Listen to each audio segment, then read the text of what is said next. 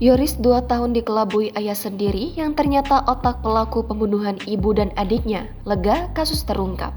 Pasca terungkapnya kasus pembunuhan ibu dan anak di Jalan Cagak, Subang oleh jajaran Direktorat Kriminal Umum Polda Jabar, keluarga korban mengaku gembira bercampur sedih sekaligus kecewa.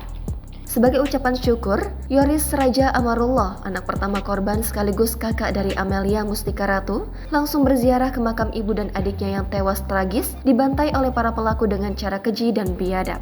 Siang ini saya didampingi istri dan pengacara melakukan ziarah kubur ke ibu dan Amel sebagai ucapan rasa syukur atas terungkapnya kasus pembunuhan yang menimpa ibu dan adik saya yang terjadi 2 tahun silam. Ujar Yoris Raja Amarullah saat ditemui di Kompleks Permakaman Istuning, Desa Jalan Cagak, Subang pada Kamis 18 Oktober. Menurut Yoris, semoga dengan terungkapnya kasus ini, ibu dan adiknya bisa tenang di alam baka. Yoris berharap dengan terungkapnya kasus ini dan telah ditetapkannya 5 tersangka bisa segera disidangkan di pengadilan dan dihukum seberatnya. Para pelaku telah secara tega, keji dan begitu kejamnya menghabisi nyawa ibu dan adiknya dengan cara membabi buta. Yoris juga mengungkapkan perasaan dirinya terkait terungkapnya kasus pembunuhan yang menimpa ibu dan adiknya tersebut.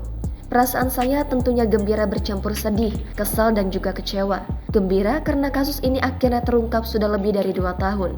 Sedih, kesal dan kecewa karena pelakunya orang dekat yang tak lain keluarga sendiri seperti ayah saya yang begitu teganya menghabisi nyawa mama, istrinya sendiri dan juga adik saya Amelia yang tak lain darah dagingnya sendiri, ungkapnya.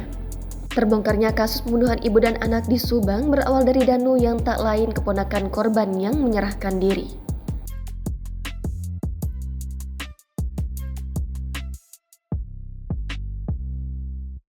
Download Tribun X sekarang, menghadirkan lokal menjadi Indonesia.